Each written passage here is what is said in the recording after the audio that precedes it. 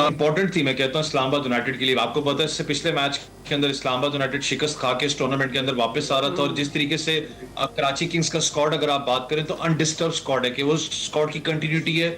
कोई ऐसा as such कोई नाम नहीं, एक दो नाम होंगे जिन्होंने शायद वापस नहीं आए क्योंकि उनकी नेशनल ड्यूटी थी। वैरस अगर आप इस्लामाबाद की बात करें तो पूरा का पूरा स्क्वाड आपको पता है नया था। एलेक्स हेल्स की आप बात कर लें, उसके अलावा वेंडोसन की बात कर लें, तो सारा टाइल मिल्स की बात करें, एक नया स्क्वाड होता है।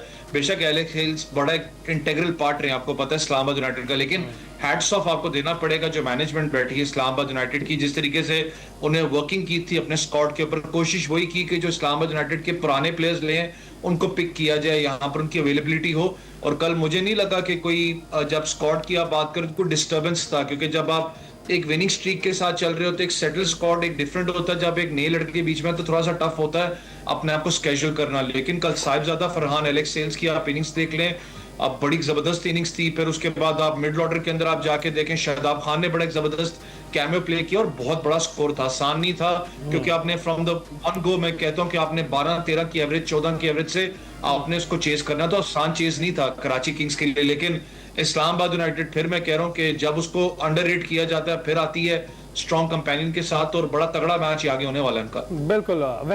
वैसे तो हेल्स और फरहान ने भुरकस निकाल दिया था, और मैच में एक टाइम पर तो मैं यूं महसूस हो रहा था कि 300 से ऊपर जो है स्कोर चला जाएगा। तो अभी आप ये बताइएगा कि एलेक्स हेल्स जो है, उन जिस तरह कि आपने बताया कि डिसीजंस जो टीम मैनेजमेंट की तरफ से लिए गए हैं उसका समर अभी उनको मिल रहा है, लेकिन जो साहबजादा फरहान है वो कितनी इंपॉर्टेंस रखते हैं इस्लामाबाद यूनाइटेड में, क्योंकि उनकी जो है परफॉर्मेंस मुसलसल आ रही है। अच्छा, इनकी बॉन्डिंग बड़ी अच्छी है एलेक्स सेल्स और शादाब खान की, क्योंकि आपको याद है कि IL-T20 डेजर्ट वाइपर्स की तरफ से दोनों खेलते भी हैं, और इनको बॉडी लैंग्वेज का पता भी। एलेक्स सेल्स बड़ा इंटेग्रल पार्ट पहले भी इस्लामाबाद यूनाइटेड के रहे हैं, बहुत ज्यादा रिलायंस भी है। मैंने कहा था ना कि जब एक स्क्वाड डिस्टर्ब होता है तो मुझे भी था कि शायद इस्लामाबाद यूनाइटेड मुश्किल होगा इस अनसेटल्ड स्क्वाड के साथ, क्योंकि बहुत कम टाइम होता है, आपने लड़कों को जेलअप करना इतना आसान नहीं होता। लेकिन मैंने कहा ना, कोई लूप होल नजर नहीं आपको आया एलेक्स सेल्स की एब्सेंस के अंदर। आपको याद हो साहिबजादा फरहान वो रोल प्ले करा था, बड़ा अच्छा उसने रोल प्ले किया था। मिडिल ऑर्डर के अंदर कॉलिन मॉन्रो इनके पास है नहीं, लेकिन एक फिर मुझे वही चीज वाइब आती है कि जहां पर इनके ऊपर अर्ली ब्रेक थ्रूज अगर इस्लामाबाद यूनाइटेड के होते हैं, ओपनर्स जल्दी आउट होते हैं, तो उसमें कम बैक कैसे करेगा। मिडिल ऑर्डर आपका स्ट्रांग होना चाहिए, जिसमें वेंडुसन अब इनके पास मौजूद है, शादाब खान खुद अच्छा परफॉर्म करें, हैदर अली इनके पास मौजूद है, तो एक अच्छी बात है। लोकल टैलेंट, एक आप कह सकते हैं कि जो फॉरेन फेसेस उनके साथ मिलके परफॉर्म कर रहे हैं। वो लेफ्ट आर्म पेसर आप देखिए, इस्लामाबाद यूनाइटेड का जो यंगस्टर था उसने परफॉर्म करके 4 खिलाड़ियों को आउट किया, तो एक जेलअप स्क्वाड आपको नजर यहां पर आ रहा है। लेकिन जो सबसे मजे का मुकाबला होगा वो क्वेटा और इस्लामाबाद का देखने वाला है। मैं वही पूछने वाली थी, क्योंकि इस्लामाबाद यूनाइटेड का फिर सख्त मुकाबला जरूर है क्वेटा ग्लैडिएटर्स के साथ जो कल से शुरू हो रहा है। एक तो लाहौर के ग्राउंड का क्या इफेक्ट होगा वो बताइएगा, और दूसरा ये कि कितना ज्यादा टफ होने वाला है ये इस्लामाबाद यूनाइटेड के लिए। देखिए, क्वेटा ग्लैडिएटर्स का वेवन रिचर्ड की अगर बात करूं तो आपको याद है जब बीच में उनकी परफॉर्मेंस अच्छी नहीं थी तो उन्होंने कहा था कि हम वापस लाहौर मूव करें, लाहौर हमारे लिए अच्छा हमेशा हंटिंग ग्राउंड रहा है लाहौर क्वेटा ग्लैडिएटर्स के साथ। तो जो स्क्वाड उनका भी आपको नजर आ रहा है, आपको मैंने पहले भी ये बातें की थी कि फॉरेन प्लेयर्स इंपैक्ट जरूर रखते हैं जिसके पास इंटरनेशनल का बेइंतहा एक्सपोजर है, लेकिन जब तक आपका लोकल टैलेंट परफॉर्म नहीं करेगा आप टूर्नामेंट्स नहीं जीते। आपको लोकल टैलेंट पे भी रिलाय करना पड़ता है। एक अच्छी चीज है कि क्वेटा ने अपने लोकल टैलेंट पे रिलाय करके पिछला मैच मुल्तान के खिलाफ आपको पता है जीता, जिसमें ख्वाजा नाफे ने बड़ी अच्छी इनिंग्स उनके लिए ओपनिंग के अंदर जाके खेली थी। फिर आप बीच में मिडिल ऑर्डर के अंदर आप आ जाएं, हसन नवाज ने जो एक 2 क्रूशियल क्रंच मैचेस आखिरी ओवर में जाके जितवाए हैं, वो कॉन्फिडेंस उनको मिला है मिडिल ऑर्डर के अंदर। फिर बॉलिंग यूनिट की आप बात करें, बॉलिंग उनकी मोहम्मद आमिर एक अच्छा स्पेल लीड कर रहे हैं, इसलिए मैंने कहा ना कि एलेक्स सेल्स वर्सेस मोहम्मद आमिर ये बड़ा इंटरेस्टिंग फैक्टर होने वाला है, क्योंकि मोहम्मद आमिर भी उसी टीम की तरफ से डेजर्ट वाइपर्स की तरफ से खेलते हुए हैं जहां पर एलेक्स सेल्स खेलते हैं, तो इनको बॉडी लैंग्वेज का आपस में पता है, तो ये टसल का मुकाबला होगा। लेकिन लाहौर एक हाई स्कोरिंग गेम होने वाला है। विकेट्स क्योंकि आपको पता है वहां पर थोड़ा ऑस्ट्रेलियन सॉइल भी यूज किया गया जहां पर बॉल को निक अच्छा मिलता है। हारिस राव बड़ा डेंजरस फैक्टर होते हैं हमेशा लाहौर के अंदर, लेकिन वो एक बड़ा मजे का कांटेदार मुकाबला होगा। लेकिन क्राउड की अगर बात करना चाहूँ थोड़ी सी, पिंडी ने हक अदा किया, सीरियसली कह रहा हूँ, बहुत तगड़ा क्राउड था। अब लाहौर की बारी है, मुझे उम्मीद है कि लाहौर में भी आपको बहुत तगड़ा क्राउड मिलेगा। लाहौर वाले मायूस नहीं करेंगे, लाहौर जिंदा दिलाने लाहौर कभी मायूस नहीं करते इस हवाले से। और आपने देखा ही है कि बाकी स्टेडियम से ज्यादा ही क्राउड होता है जब भी होता है, तो इंशाल्लाह इस बार भी होगा। ये बताया वैस कि इस वक्त कराची किंग्स की बॉलिंग की क्या सूरत हाल है?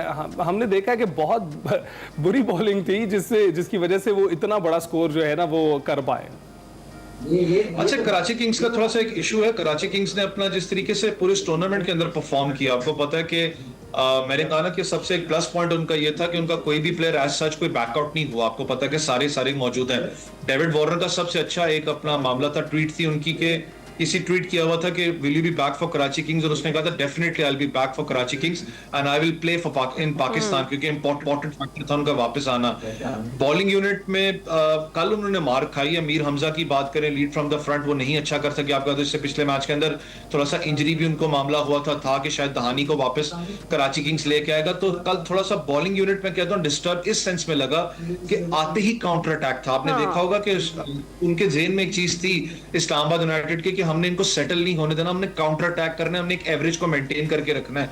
ये बड़ा एक अच्छा एक माइंडसेट है इस्लामाबाद यूनाइटेड मैनेजर का कि अगर प्लेयर ओपनर की बात करो साहिबजादा फरहान की, तो वो ये चीज नहीं होता कि तुमने 15 ओवर खेलना है, तुमने 10 खेलना है। उनके जेहन में टोटल होता है कि यार तुमने ये टोटल लगा के देना है, दूसरी टीम को डैमेज करके कोलैटरल डैमेज करो, हमारे लिए काफी, हम उनको प्रेशर डाल देंगे। और स्ट्रेटजी अच्छी है, आप ये कह रहे हैं। अच्छा, वैसे मुझे ये बताएं कि अब वो टाइम तो आ ही गया है सीजन 10 का, जब हम प्रेडिक्शंस ले लें। मुझे ये बताएं कि कौन सी टीम आपको इस बार मजबूत दिखाई दे रही है ट्रॉफी के लिए? देखें, मैंने कहा ना क्वेटा आपके लिए बड़ा एक तगड़ा एक ओपोनेंट यहाँ पर आएगा, लेकिन कल इस्लामाबाद जिस तरीके से कल खेला इस टूर्नामेंट के अंदर, तो प्लस पॉइंट तो उनके पास बहुत तगड़ा है। लेकिन थोड़ा सा अगर चारों टीमों की बात करूं, क्वेटा है, कराची है, लाहौर है, इस्लामाबाद। लाहौर का थोड़ा सा एक फैक्टर बीच में आपको पता है, सिकंदर रजा मिसिंग फैक्टर है, वो चले गए हैं वापस अपनी नेशनल ड्यूटी के लिए। उनकी जगह दूसरे प्लेयर इस वक्त मौजूद हैं, तो वो जो मिडिल ऑर्डर का जो एक फैक्टर था वो कहीं ना कहीं अब कमी महसूस उनकी होगी। लेकिन जिस तरीके से क्वेटा ग्लैडिएटर्स इस टूर्नामेंट के अंदर आपको नजर आई है, इस्लामाबाद यूनाइटेड फिर मैं कहता हूँ हॉट फेवरेट्स है। जो कल उन्होंने एक इनिंग्स खेली है और उनके बॉलिंग यूनिट ने परफॉर्म किया, लीड फ्रॉम द फ्रंट आपको शादाब खान अच्छा करते हुए नजर आ रहे हैं। लेकिन ख्वाहिश है इस दफा कि क्वेटा और कराची का फाइनल पड़ना चाहिए।